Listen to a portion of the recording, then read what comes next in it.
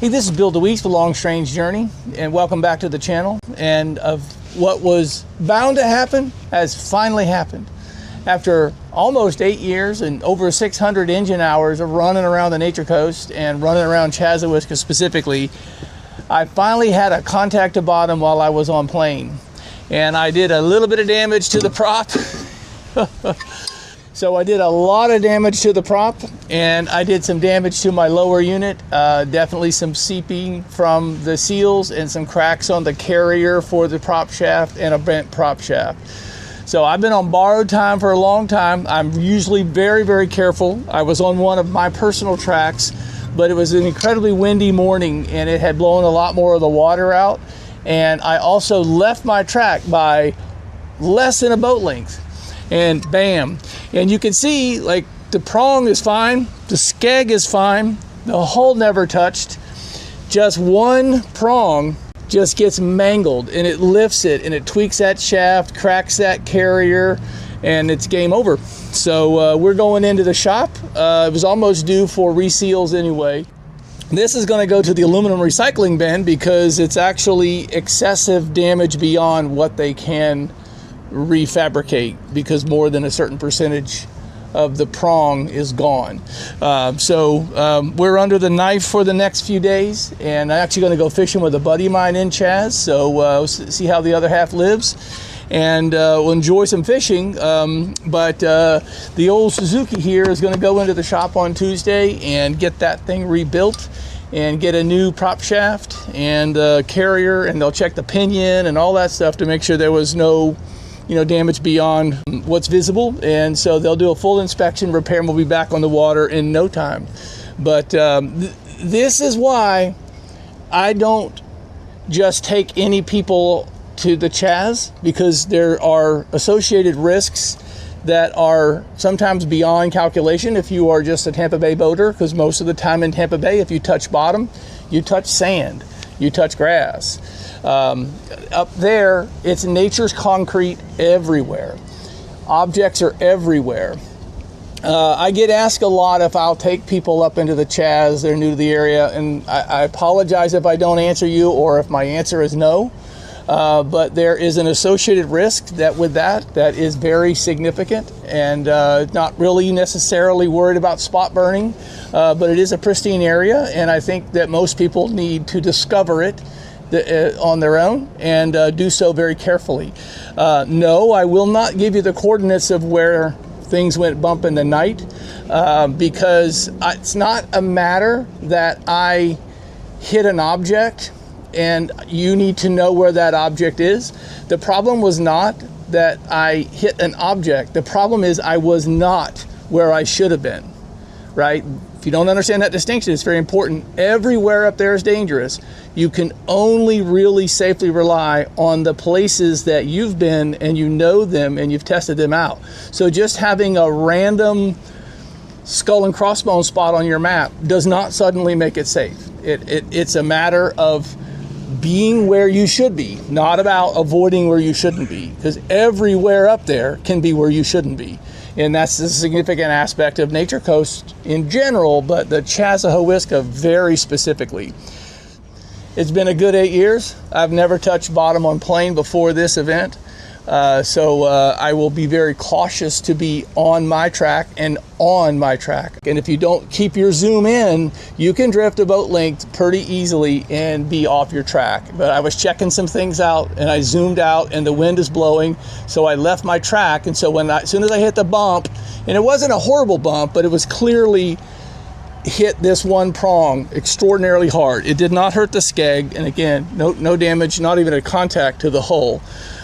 Soon as I saw what was going on, I zoomed in and I realized, oh crap, you left your plot.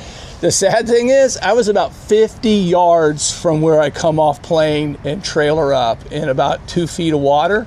So the area generally I've been into numerous times. I have my own private track. I left that track. That was not smart to do, and you pay the price.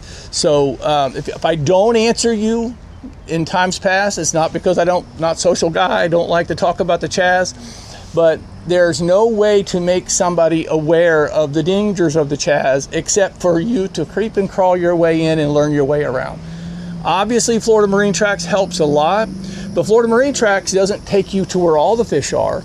You've got to still cultivate tracks off of Florida Marine Tracks. I have a lot of pink tracks that connect black and red tracks on my Florida Marine Tracks.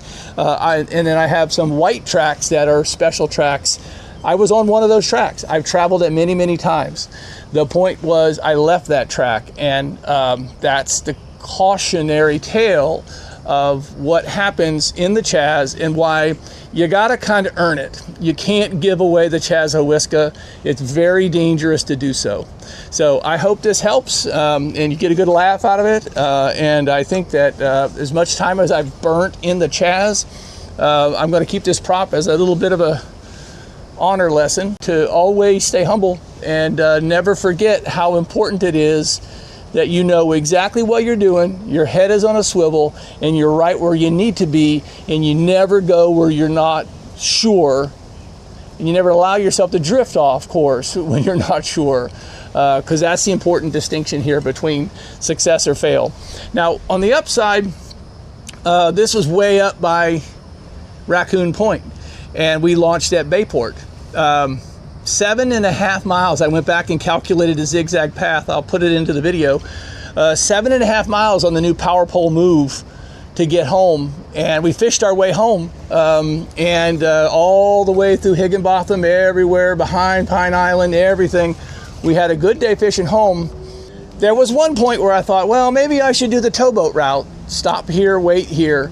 But we pushed on. Everything looked solid, and by the time I got back to Bayport, that power pole move trolling motor combined with that lithium 24 volt 60 amp hour battery was still able to push my boat 4 miles an hour on full blast. So great load test of the trolling motor, gives me a good sense of indication. I always carry a spare prop, but in this case a spare prop would not help. I jumped in the water and I realized that I couldn't turn the prop and I couldn't install the new prop because the shaft was bent. So now it's either towboat US or flag down a buddy, or in this case, go home with the trolling motor, which worked fine. Hope this helps anyone really get the sense of what's going on in Chaz and why when people talk about the Nature Coast and Chaz specifically, they're not trying to scare you off. You need to earn it because this kind of stuff happens even to people that have spent 8 years running the Chaz. If you want to catch fish, you got to leave the beaten paths. You got to leave the other boats, and there's risks involved, and make sure you calculate them.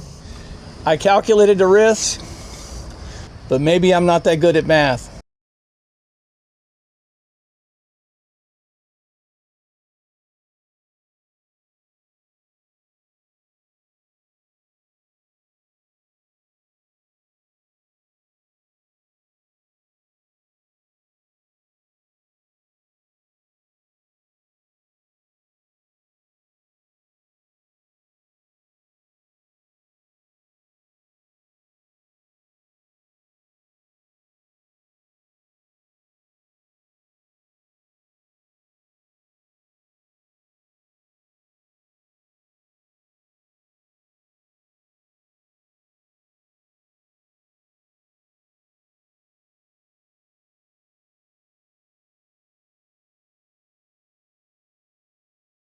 Hey, this is Bill DeWeese for Long Strange Journey, and welcome back to the channel.